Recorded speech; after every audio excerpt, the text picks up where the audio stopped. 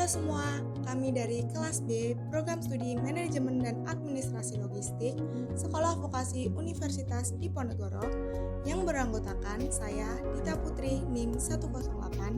Halo, perkenalkan nama saya Novelia Fadila Yuskrates, NIM 4001131 9650 106. Saya Sayyida Azhara, NIM 090. Perkenalkan, nama saya Hasna Atikah Salsabila dengan NIM 0111. Perkenalkan, saya Dadat Mirza Didawisya, NIM 130. Di sini kami akan menjelaskan tahapan manajemen risiko pada PT Indofood CPB Sukses Makmur, yaitu identifikasi risiko, pengukuran risiko, hingga pengendalian risiko. Baiklah, di sini saya akan menjelaskan tentang profil perusahaan PT Indofood CBP Sukses Makmur. PT Indofood CBP Sukses Makmur merupakan hasil pengalihan kegiatan divisi mie instan Indofood Sukses Makmur Tbk.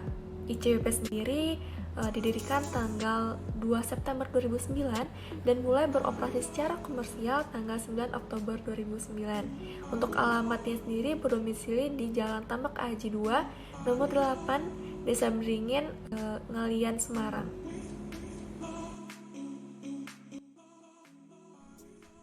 Yang selanjutnya yaitu hasil analisis manajemen resiko pada PT Indofood. Yang pertama yaitu resiko keamanan pangan.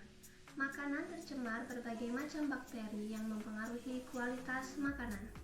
Yang kedua, resiko fluktuasi harga pangan dan komoditas.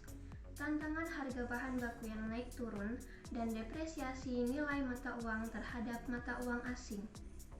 Yang ketiga, resiko peningkatan kompetisi.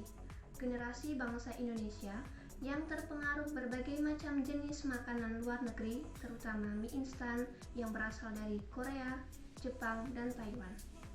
Yang keempat, penarikan produk di pasar nasional dan internasional.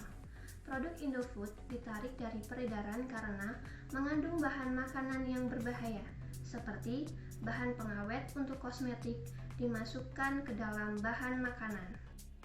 Selanjutnya ada pengukuran risiko, di mana pengukuran risiko dengan risiko keamanan produk makanan yang tercemar ataupun terkena isu negatif lainnya itu masuk ke dalam kategori medium high, di mana medium high dengan ketentuan likelihood-nya itu likely dan untuk ketentuan impact-nya itu signifikan.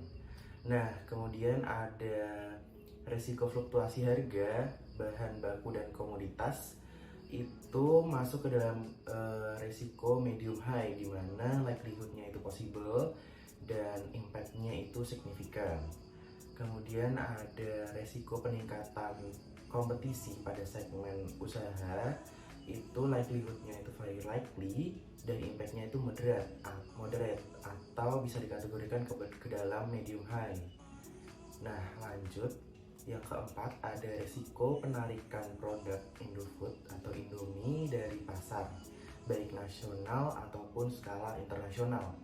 Untuk likelihood-nya itu likely dan impact-nya itu severe, yang mana masuk ke dalam resiko high atau tinggi. Apa yang dilakukan PT Indofood? Tentunya PT Indofood merespon semua resiko dengan tim manajemen risiko berdasarkan IRM.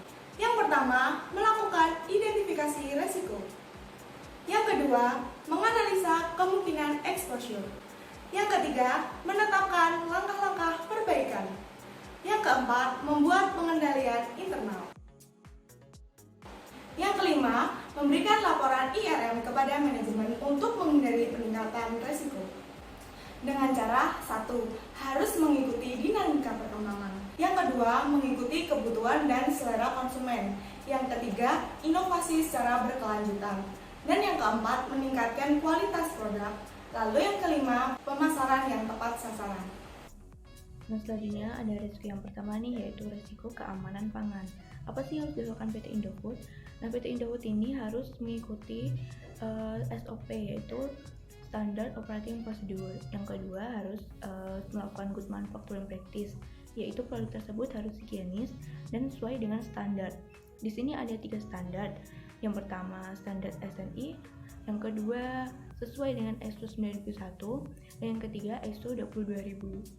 Nah, risiko selanjutnya yaitu risiko fluktuasi harga pangan dan komoditas. Cara manajemen PT Indofood ini harus membentuk pola hubungan kerjasama dengan kemitraan dari petani dan pemasok. Lalu selanjutnya menggunakan bahan baku substitusi tanpa mengurangi kualitas. Misal kalau buat kita tahu, kentang yang dari Dieng itu habis, maka harus cari dari daerah lain. Risiko selanjutnya yaitu risiko peningkatan kompetensi.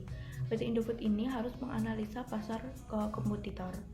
Risiko yang terakhir yaitu risiko penarikan produk dari pasar nasional dan pasar internasional. Apa sih yang harus dilakukan? PT Indofood harus menyesuaikan standar makanan yang ditetapkan di negara lain. Yang kedua, harus kerjasama dengan pemerintah terkait perlindungan produk makanan. Yang terakhir atau yang ketiga, itu peningkatan quality control atau QC. Terima kasih teman-teman.